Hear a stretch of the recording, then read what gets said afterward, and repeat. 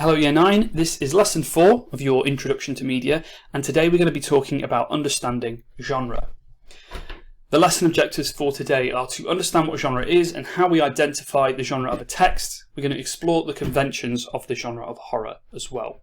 If you're not sure what these terms are, like genre and convention, we will talk about those through the lesson. So, what does genre mean? Well, it comes from the French word for kind.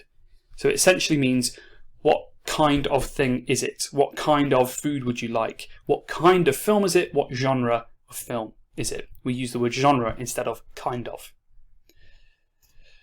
A text is classified in a genre through the identification of key elements which occur in that text and in others of the same genre. So to simplify that, if we see something in, if we watch a horror film and we watch another horror film, there are key elements we'd expect to see in both of those films that make them horror, make them part of the horror genre. Now, when we talk about texts here, media text, just want to clear this up. That doesn't just refer to things that you read. It can also refer to things that you watch, like film and TV shows. Just to clear that up, so a media text is any type of media, whether it's read or watched or whatever. So these elements, these key elements, are sometimes referred to as paradigms and range from costume to music to plot points to font, depending on what type of media you're looking at. So instead of saying these are the things we expect to see, we say, oh, these are the different paradigms that are included to make this particular genre. Again, it's just a media term that we use for analysis, the paradigms. Audiences recognise these paradigms and bring a set of expectations to their reading of the text accordingly. So, for example, in a police thriller, we expect the criminal will be brought to justice at the end. If they're not, then it goes against the conventions, it goes against what we would expect to see, and it's subverting our expectations. We can talk about that later. But, we expect at the end of a police drama, the bad guy's caught, they're put in jail. These paradigms may be grouped into those relating to, and we'll talk about these in a bit more detail later. You can have character types, narrative, themes, technical codes, and visual iconography. But I'll go through some examples of those in relation to the horror genre later in the lesson. What I'd like you to do now, though, is just make sure you have made a note of this. This is worded in the most... it's got the most media terminology in it you could possibly have, which is good, because when you're writing about media products, you should be trying to use some of these terms. But essentially, what this page is telling you is that genres are different types of media texts, and there are things in those texts that make them fit into those genres. Simple, okay? So if you could just note this down, pause the video here, take as long as you need, and when you're ready, press play, and we'll talk about things in a bit more detail.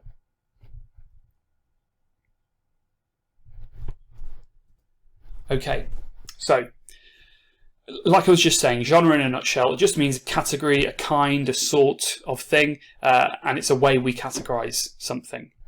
What are the benefits of having genre conventions? Why do we bother having genre conventions? Pause the video here, have a quick think about it, jot your ideas down before we discuss further. But what is the point in having genres? Why do we do it? Okay, I'm going to give you a couple of answers here. The audience know what to expect and enjoy this familiarity with their favourite genres. So some people completely identify with the genre that they like. So they might say, oh, I like action movies, I hate romantic comedies. And they feel like that's part of their personality. So they know, right, it's action genre, that's something I will enjoy. Oh, you said it's romantic comedy, I hate that, I'm not going to watch it. So that might be the different benefits. One of the benefits, sorry. Media industries can appeal to specific audiences to guarantee the success of a product. So on the flip side of that, the people who make these things can say, well, we know what fans of action are like, so we're going to make these trailers and we're going to make these advertisements appeal to people who like action movies. So it works on both ways. It works for the audience to go, I get to pick what I'm going to watch, and for the people who make media, they can say, well, I will make sure I do everything that the fans I'm trying to appeal to will be looking for. Now, again, I'm talking about film a lot here. I'm saying watch and, film producers, things like that. this applies to any media text in terms of genre. But for today's lesson, let's just talk about it as though we're talking about film. So, some basic film genres. What I'd like you to do now is pause the video here, spend 3 or 4 minutes just bullet pointing as many genres of film as you can think of, or TV show, film or TV show. So if you pause the video here, list as many as you can, and we'll see what you find.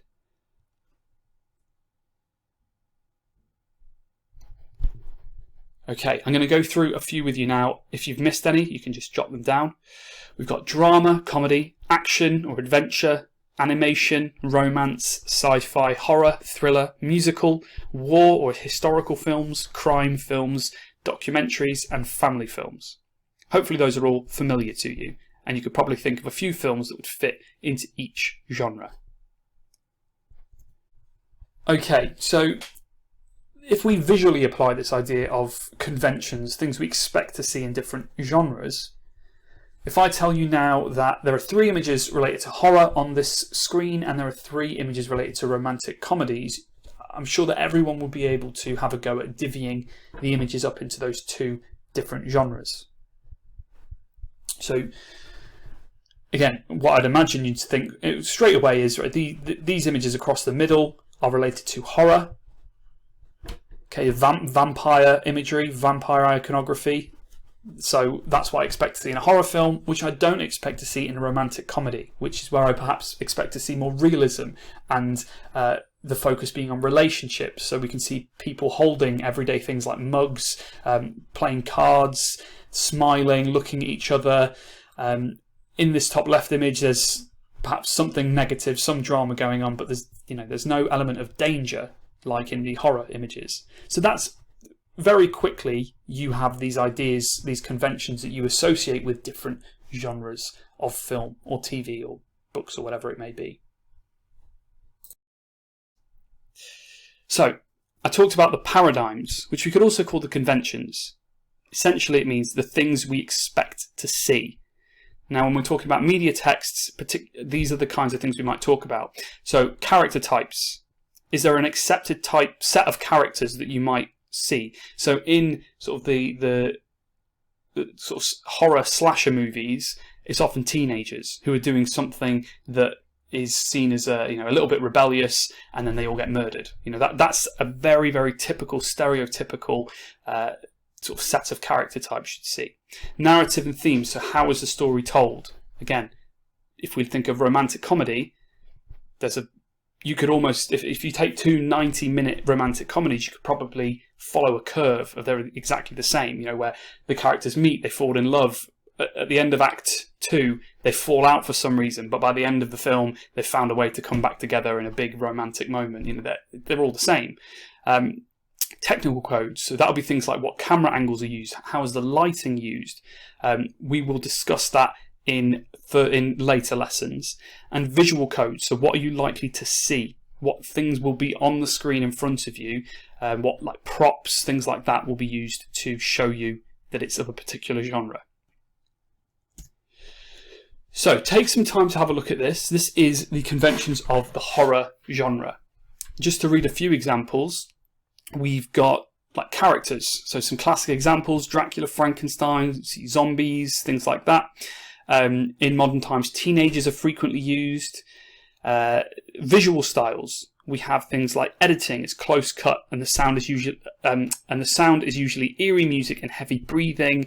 Things like that. There's often now as well in more recent horror films, whenever they're trying to make you jump, there'll be a really loud and obnoxious noise, so that even if what's on screen isn't scary, that sound will make you jump. We've got things like narrative. So narrative can be shot from an escape victim's point of view.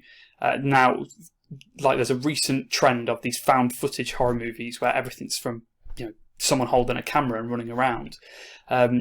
Themes. So it could be things like orchestral soundtrack, darkness, nighttime scenes, sometimes a rural setting as well. All kinds of things. Have a read of these and you should agree that these are the things you would expect to see in horror. There may be more things you'd expect to see, but this is just a general idea. So pause it, take as long as you need, and then move on. Okay, so very quickly, just want to talk about sub-genres. So we've got some typical genres on the left here. We've got comedy, drama, horror, and thriller. So a subgenre is when you have two genres sort of placed together. It's more specific. So for example, for comedy, you might have, well, I've talked about romantic comedies, rom-coms, which is a very popular subgenre, and that'll be films like Bridget Jones. We've got drama, but then we could have drama and action. So something like a disaster movie. So you might have seen Day After Tomorrow or the film 2012. Horror, we've got comedy and horror. So I should say Shaun of the Dead. But Shaun of the Dead, which is, you know, a film that was made as a very conventional romantic comedy, but then they put in zombies and gore and violence, and then suddenly it went very much against the conventions of romantic comedy, and it was romantic comedy and horror. And then we have, you know, thriller. So we could have supernatural elements, sci-fi elements. You know, you could take your standard thriller and throw it into another genre quite easily. We also have hybrid genres, which is where you go a little bit further. So more sort of genre bending. There's lots and lots of different genres going on. So an example there of like big blockbusters like Avatar, which is not just an action film, but it's also a thriller, it's science fiction, it's family friendly, it's got a romance plot line going through it as well. It mixes lots of genres together. Okay, some questions for you to have a think about. So why do conventions become predictable in film? And what happens when conventions become predictable? Why do conventions have to be predictable? And yet why do they have to adapt and revolve?